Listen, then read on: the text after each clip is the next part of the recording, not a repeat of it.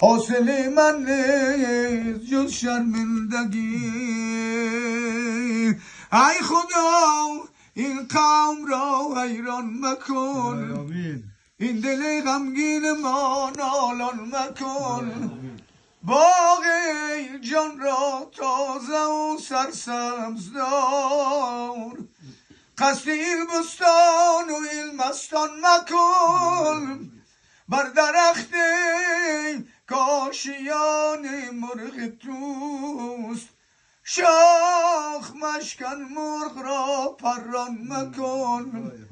کعبه اقبال ما این القصد، کعبه امید را ویران مکن.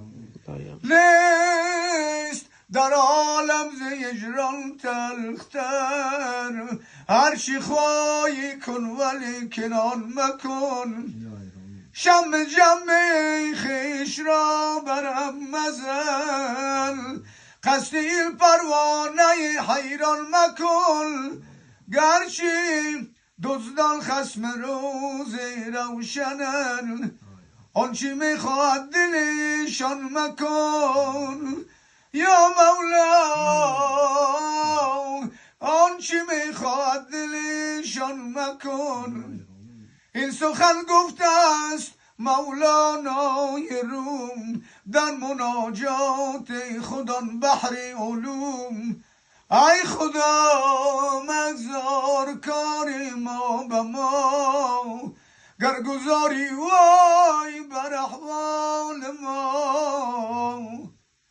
رسان ما مرا خدایا به گلزار مدینه، حضور نور و سردار مدینه. ببینم گنبد خضرای انور، بخوانم صد صلات با روح سرور. یا الهی پرده عیبم مدر از روی خاصانت، بخ نقش بند و غوث اعظم شاه جیلانی. بیزاز معین الدین که اجمیر است موایش، طفیل شاه شهاب الدین به ما کن رحمت ارزانی.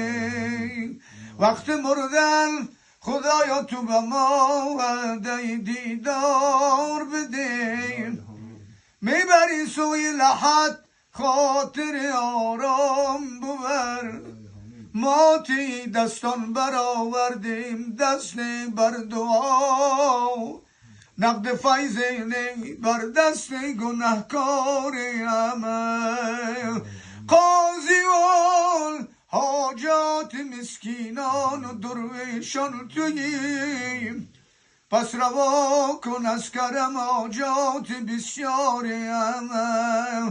خداوندا برافروز از کرم نور در این مجلس،